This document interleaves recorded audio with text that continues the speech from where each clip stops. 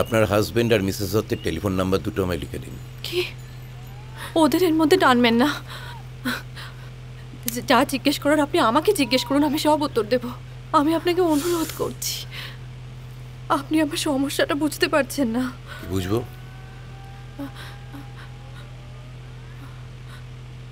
মানে আমার সমস্যাটা আপনি বুঝতে পারছেন না। এখানে একটা ডেথ হয়ে গেছে, এই ঘটনাটার গুরুত্ব আপনি নিশ্চয়ই বুঝতে পারছেন। আর তাই আপনি আমাকে সমস্যায় ফেলছেন। আমি আপনাকে বারবার হাত জোড় করে রিকোয়েস্ট করছি, এর মধ্যে ওদের টানবেন না। এই ঘটনার মধ্যে ওদের টানাটা ইজ টু মাচ। পুলিশের টু মাচ সম্বন্ধে আপনার কোনো ধারণা নেই মিসেস সেন। চাইলে ভুল পরিচয় দিয়ে পুলিশকে মিসলিড করার অপরাধে আমি আপনাকে জেলেও ঢোকাতে পারি। একটা আনন্যাচারাল ডেথ হয়ে গেছে আর আপনি পুলিশকে শেখাচ্ছেন কোনটা টু মাচ। আনন্যাচারাল?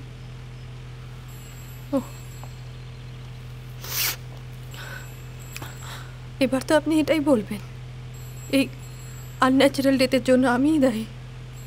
এত সহজে আমি কোনো কনক্লুশনে আসি না মিসেস সেন, কিন্তু প্লেস অফ অকারেন্স আপনার থাকার সুবাদে আপনাকে লিস্ট থেকে বাদও দিতে পারছি না, তাই আপনাকে থানায় নিয়ে আসা। এটা আমার ডিউটি। আপনি কি করে জানলেন সন্দীপ দত্তর মারা যাওয়াটা আনন্যাচারাল? নিশ্চিত নই। কিন্তু আমাকে এটা তো বলতে পারেন। আমাকে আর কতক্ষণ এখানে আটকে রাখবেন? ল্যাবের রিপোর্টগুলো আসুক। কিসের রিপোর্ট?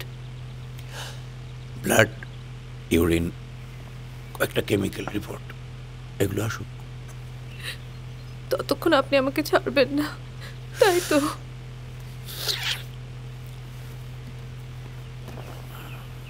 দিন।